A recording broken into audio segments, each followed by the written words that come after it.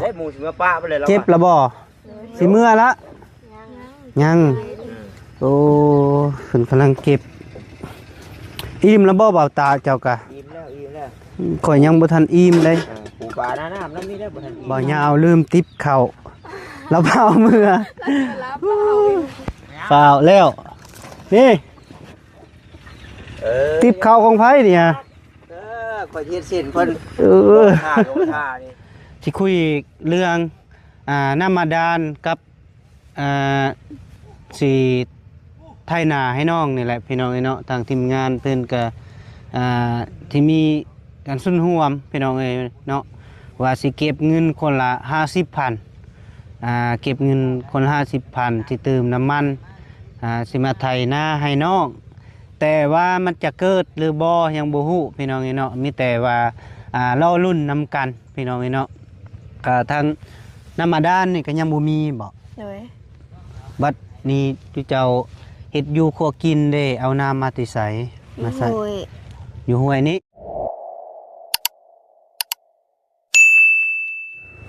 โธ่พ่อแม่พี่น้องเนาะทีมงานเมื่อปะเบิดแล้วพี่น้องเนาะยังเหลือแต่เบาตากับเบาแก้วบานี่โพทางเบานิ้วก็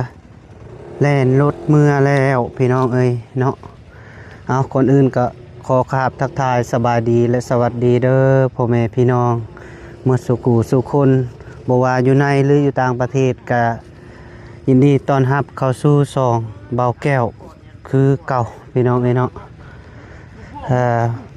พอดีเบาแก้วตัวนี้ก็ยังอยู่ที่บ้านอยู่ที่หน้าน้องงาน้องฝ่าคือเก่าพี่น้องเนาะเบาแก้วต่ออีก12พี่น้องเนาะก็นี่แหละอยู่ตามทุ่งหน้าน้องนี่แหละก็น้องๆเพิ่นก็มาเผาตะก้าพี่น้องเนาะมาเผาตะก้าแล้วก็ตอนเที่ยงที่นี่ก็เพิ่นก็ได้แกงหน่อไม้กินหน่อไม้น้ำกันพี่น้องเนาะตอนนี้ก็เวลาก็ประมาณอยู่4 โมงกว่าๆพี่น้องเนาะยังเหลือแต่เบาตาพี่น้องเนาะโอ้ยสบายดีเด้อโดยมาน้องเพิ่นสิเก็บเครื่องไว้ได้หมูสิเมื่อป้าไปเลยแล้วเก็บละบ่สิเมื่อละยังโอ้ขึ้นกำลังเก็บอิ่มละบ่เบาตาเจ้ากะอิ่มแล้วข่อยยังบ่ทันอิ่มเลยปูปลาหน้าน้ำแล้วมีได้บ่ทันอิ่มก็อิ่มแน่มาเอาไหมครับขนมกินรถบ่เป็นหยังกินรถทำได้นมเอารถเอาทุ่งได้ก็ได้กินยังกันมาได้ดิเอาแค่ยางมุ้งเอาบ่ได้สีด้วยได้ยางกันบ่ได้ยังแต่ปลาดุกบาดนี้เอามาปนเด้อปลาดุกนี่ก็โอ้ไอ้ยาวลืมติ๊บเข้าพี่น้องเนาะพี่บ่ยาวลืมติ๊บเข่าแล้วเผาเมื่อเปล่าแล้วนี่ติ๊บเข่าของไผเนี่ยข่อยเฮ็ดเส้นเพิ่นท่านี่พี่พอยไว้แล้วพี่น้องนี่โอ้โพดโพเบาเงาข่อยมีแนวแก้เจ้าแล้วบาดเรียบร้อยแล้วบาดโอ้ย100ก็ประมาณ4 แก้วพอแล้วจึงได้เอาติดเก่าคืนจะบ่มีแต่ยานเลยได้ถือเบื่อตัวสั้นขักเลยอันนี้ฮะแต่ก่อนพี่น้อยเนาะเอาเป็ดไก่ไทยนี่เนาะของเจ้าปะคนบ่รักเลยเนาะคนบ่อยู่นานเป็ดไก่รักกันบ่รักไผรักบ่ฮู้โอ้พอดีอุ้ยใหญ่อยู่พอดีสำกาเนาะไก่ได้แล้วหันตัวละ6-70อันนี้ไงโอ้กลัวแล้วกลัวตัวละ100,000เคยซื้อไก่ฮักเดี๋ยวนี้ก็อยากห้างแล้วโดยบ่ค่อยไปแล้วบ้านนี้บ่ค่อยมีเวลาแล้วคือจังซี่แหละ แม่ใช้ลูกเงินเฮ็ดเพื่องออกอีก โอ้ตัว พักแต่บรรยากาศพี่น้องเนาะทางพวกให้ไปหน้าน้องเพิ่น มีบรรยากาศเขียวงามมีเลยโอ้ธรรมชาติ บัดน้ำสาน้ำยังใช่ใช่เนาะบ่มีน้ำห้วยเลย อืม น้ำใช่น้ำยังไงสมมุติแบบคือแต่ที่แรกฝนท่านตกท่านอย่างไรน้ำมันเปื้อนมันดำที บ่มี จำเป็ดแก้นเข่าขึ้นว่าบ่แห้งกันเลยลูกจะได้ไปหาเห็ดน้ำให้นาเนาะ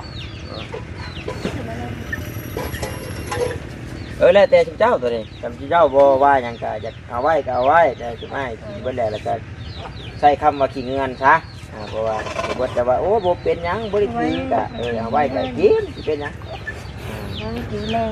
อุ่นกินอยู่เฮือนก็ได้ก็สิเป็นหยัง เฮาบ่ได้ถือโตไปทางดอกนะ โดย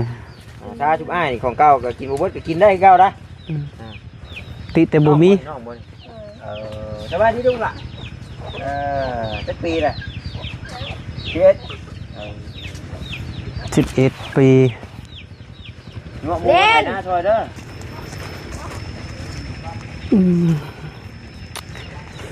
ฮ้อนเนาะไผกินหมกม่วงบ่เบิดติเมื่อปะแหละสงสัยได้เบายาวแล้วพี่น้องเอ้ยเนาะพี่ของแท้แน่นอนเบายาวโอ้นั่งลงสบายดีป้าลุงอีกเทื่อนึงโดยเป็นจังไดเมื่อยบ่บ่ปานใดไม่เมื่อย อึ๊บเอา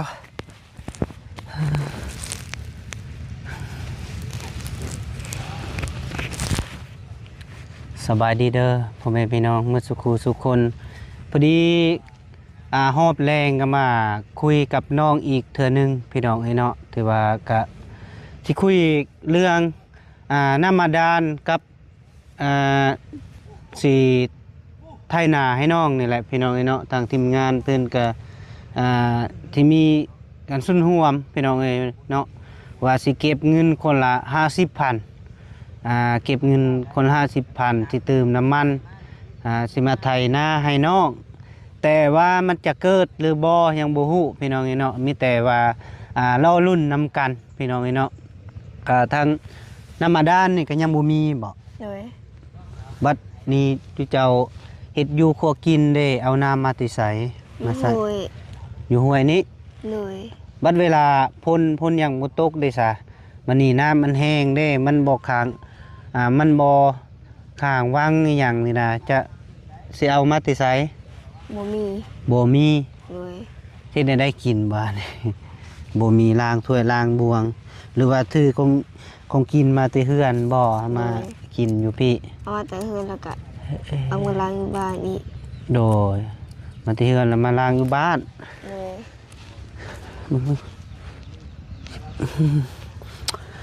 โอ้ลำบากพี่น้องเอ้ยลำบากที่สุดทีเดียวแต่ว่ากะคือแนวคิดของบ่าวแก้วนี่กะอยากให้น้องมีน้ำมาดานพี่น้องไอ้เนาะเพราะว่าช่วงนี้เพิ่นยังบ่ทันไทยนายังบ่ทันดำนาเนาะคันว่ามีงบเนาะแล้วก็มาเจาะก็สบายยามนี้พี่น้องไอ้เนาะเพราะว่ามาเจาะก็สบายอยู่ที่เที่ยงน้องนี่แหละพี่น้องไอ้เนาะเพราะว่าน้องนี่ลำบากกี่ลิยังบ่ทันมียังบ่ทันมีน้ำมาดาน1-2มากะเงินสิเติมน้ำมันรถไทยก็ยังบ่มีพี่น้องเนาะเพิ่นสิไทยนาเพราะว่าไทยนานี่ก็ต้องใส่น้ำมันหลายเนาะน้ำมันหลายเพราะว่านามีอยู่2ธงเนาะ2ธงก็หลายเติบพี่น้องเนาะเฉพาะ2ธงก็ธงนึงมันถึกอยู่จักไห้เจ้าจำบ่ได้จำธงเรานี่ก็20ปลายธงหนึ่ง20ปลายให้ยันกลัวและ20ปลายให้เนาะเพราะว่ามันแล้วผู้แม่นเบิดบ่น่ะคาหูนี่คาหัวนี้แล้วก็ลงลุ่มคาหูหมดแล้วก็เท้าหัวตะกาหั่นกบคามนี้หรือว่าพุ่นแล้วก็เลพุ่นโอ้ ค่าคุกคาม เขาไทยหั่น โอ้ค่าเขาไทยนะ เลยแล้วก็ฮอหันกับขาหูตัวนี้ โอ้แสดงว่ากวางเติบพี่น้องเนาะได้อยู่ประมาณอยู่40-50ไร่นี่แหละพี่น้องเนาะแต่ว่าให้บ่ใหญ่ให้ธรรมดาแบบผู้ดีดำและผู้ดีไทยหั้นนะพี่น้องเนาะผู้ดีดำผู้ดีไทยหั้นนะแต่อยากขอความช่วยเหลือและความเมตตาพี่น้องเนาะเพราะว่ากะ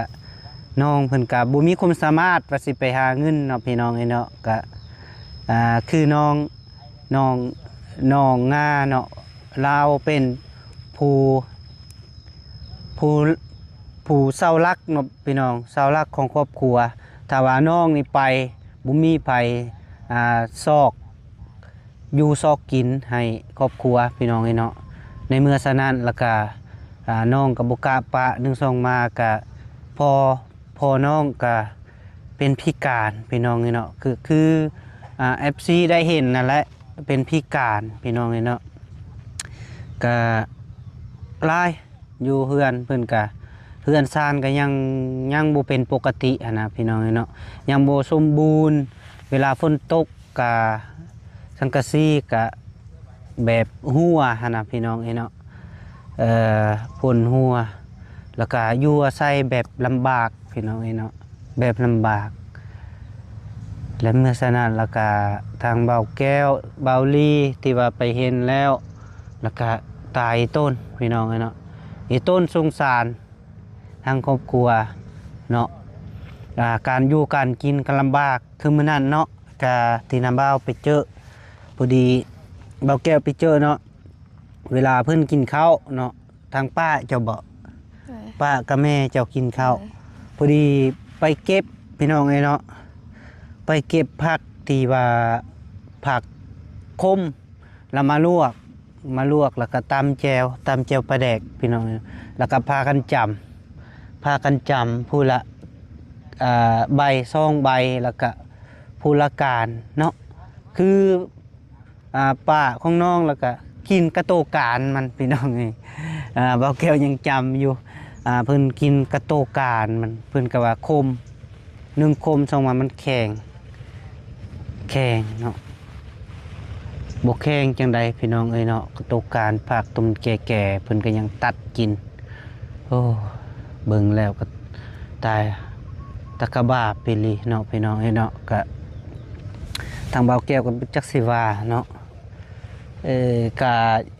อยากเป็นสะพานบุญให้น้องอยู่เนาะพี่น้องเนาะ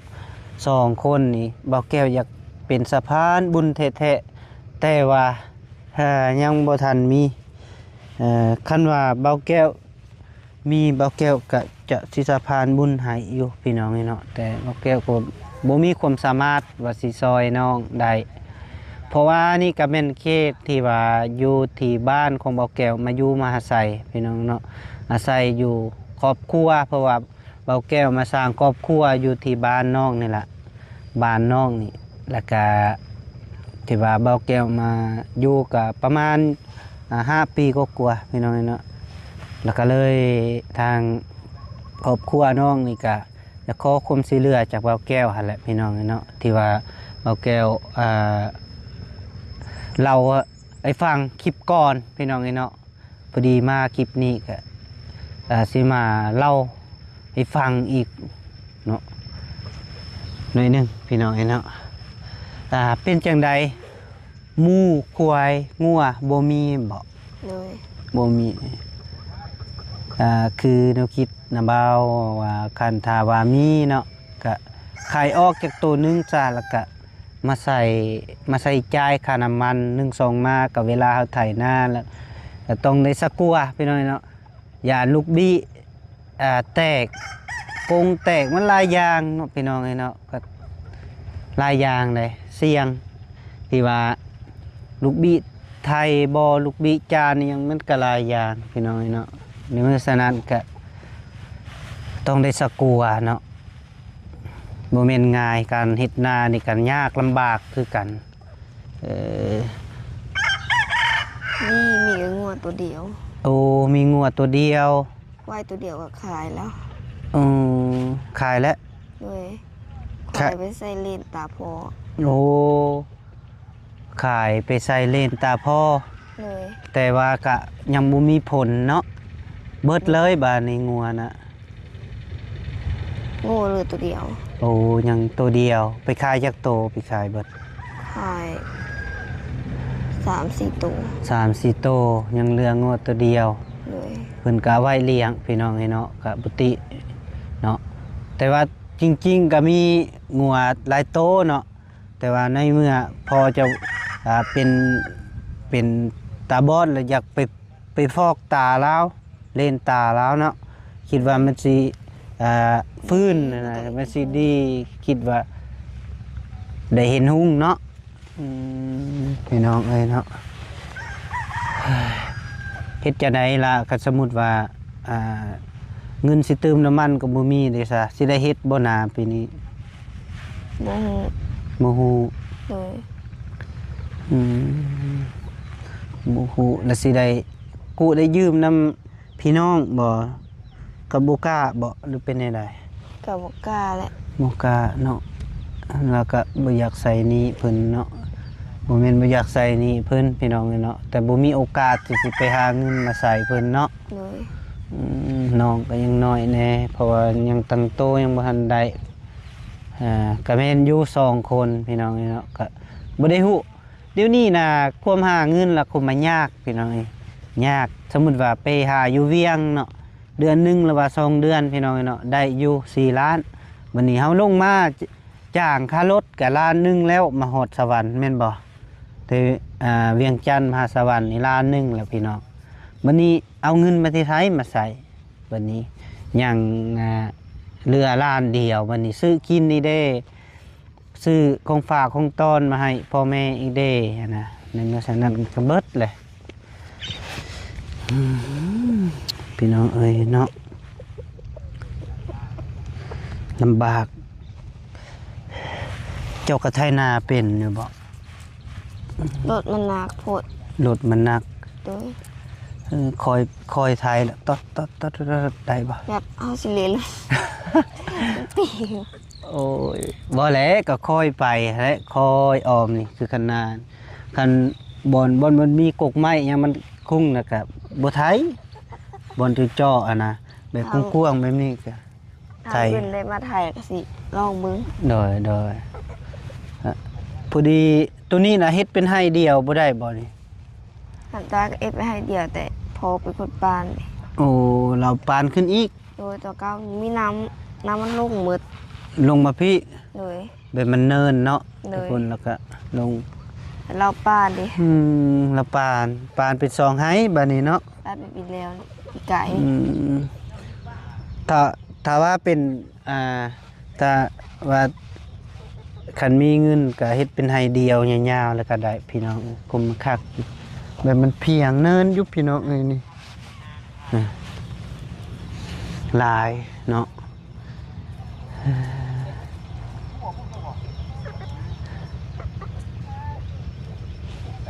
จะหวานกะที่ดนละบ่ โดย คือใหญ่ไวแท้มัน ได้ที่ปลาย มันสิบอกแกก่อนบ่ บ่ฮู้ ยังบ่ทันฮู้ในอากาศติเนาะมันยังมีมันสิแห้งแรงอีกได้เทื่อนึงพี่น้องเอ้ยเนาะ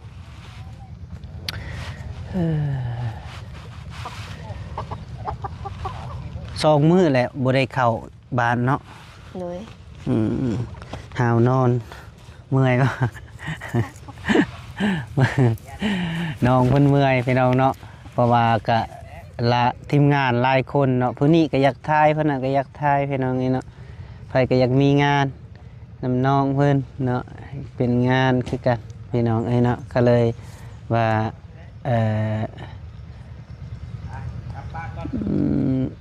เลยก็อยากทายเนาะโดยแลนเมื่อก่อนโดยได้พี่น้องไอ้เนาะพอดีก็ลำบากเฮ็ดจังไดบัดนี้สิสู้แบบใดบัดนี้น้าบ่าวก็หมดความสามารถแล้ว ที่ว่าอยากซอยอยู่อยากซอยเจ้าอยู่แต่ว่าบ่มีความสามารถแล้วเพราะว่าก็ที่ก็อยากมีอยู่พี่น้องไอ้เนาะแต่ว่าบ่มีความสามารถแหละ เบาแก้วก็ได้เพราะว่าอยู่ในหมู่บ้านนี่มีแต่ว่าครอบครัวน้องนี่แหละที่ทุกข์กว่าหมู่พี่น้องเนาะครอบครัวอื่นก็ทุกข์อยู่แต่ว่าก็พออยู่พอกินแต่ว่าครอบครัวน้องนี่ตั้งที่ว่าสุดติงกระดิ่งแมวพี่น้องเนาะเฮ็ดจังได๋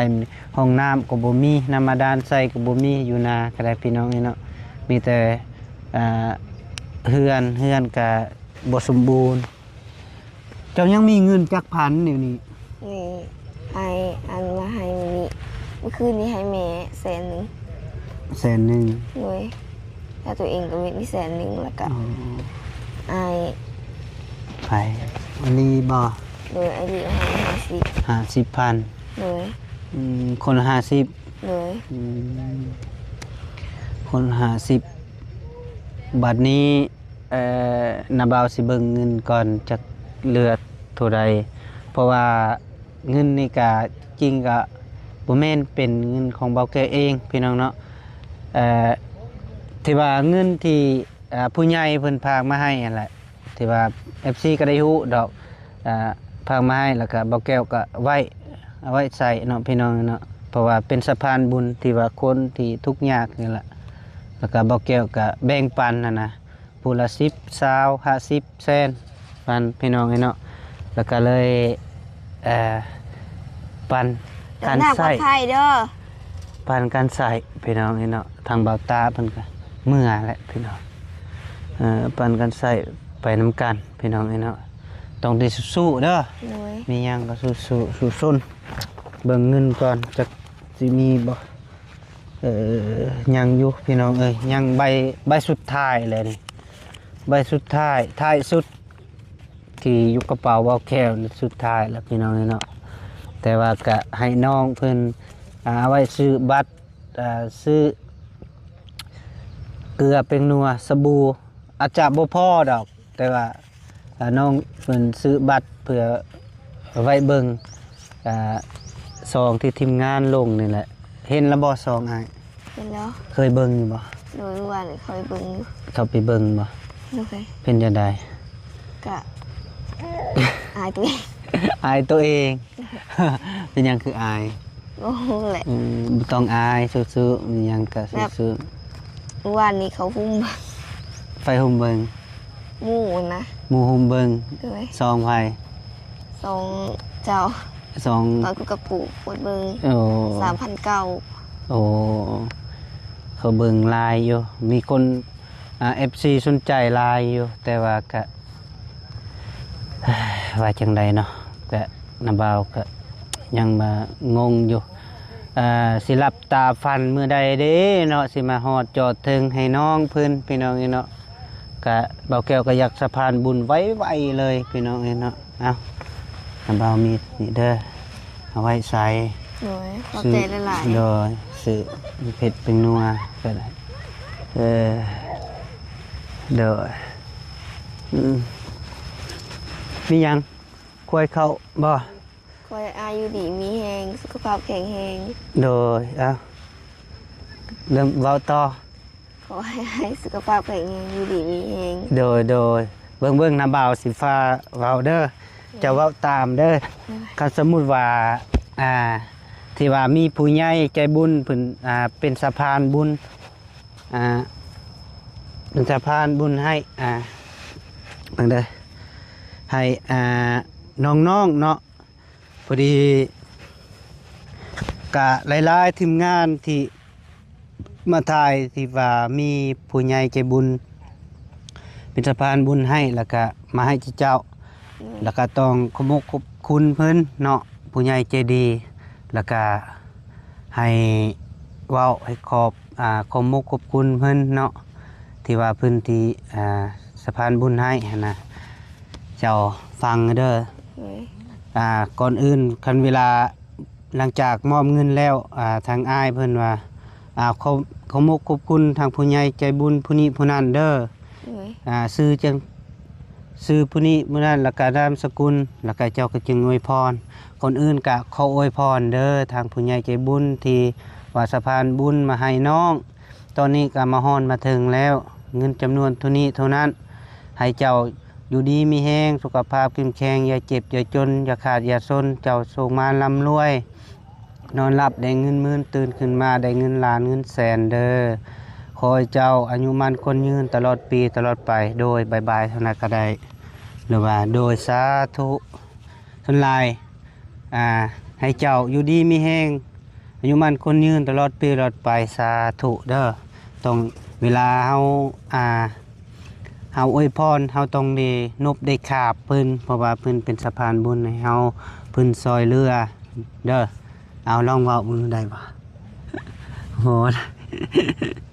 เดี๋ยวก็จะได้ฮู้ดอกโดยเรียงสิพาเว้าพาว่าดอกเรื่องตัวนี้มันก็บ่ยากปานใด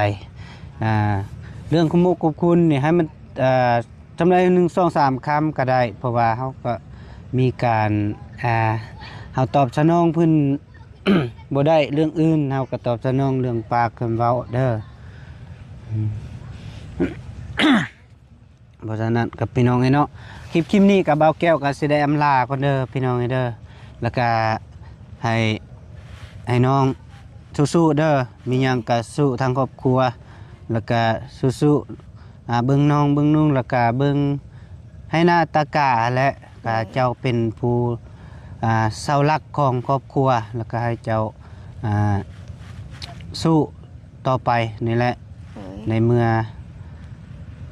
อเฮาทุกข์ก็เฮาก็เคยทุกข์ผ่านมาก่อนเนาะก็อยู่ตามแบบนั้นแหละคนเฮากันขาดข้าวแม่นลำบากที่สุดถ้าว่า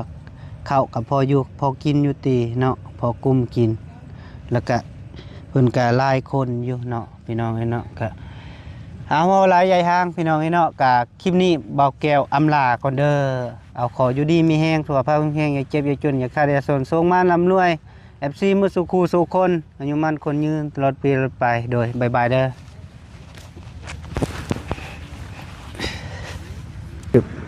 สิกลับละบ่ไปพากันกินข้าวนมซะก่อนพี่น้อยเนาะมื้อนี้รถไถออกมาแต่แน่โอ้มื้ออื่นสิเอารถไถออกมาบ่ออกมาใส่โดยเอาน้ำนี่พากันกินนี่น้ำยังอุ้ยเอาไว้กินก็ได้น้ำให้พากันกินจะหน่อยข่อยก็สิได้เมื่อพุ่นแหละเมื่อนอนดงหินบ่ได้นอนบ้านดอกเพราะว่ายังมีเวียกหลายโดยมื้ออื่นมาใหม่เด้อมีหยังก็สู้ๆไปนำกันโดยสู้ๆ โดยบายก่อนโดยสบายดีป้าลุงก่อนโดยบายมาสุขสุขคนเด้อมีหยังหักแพงกันสู้ๆนายมาบอกท่านถ่ายท่ามือโดยท่านดอกมือถึงงานโดยถ่ายท่าก็ได้โดยบาย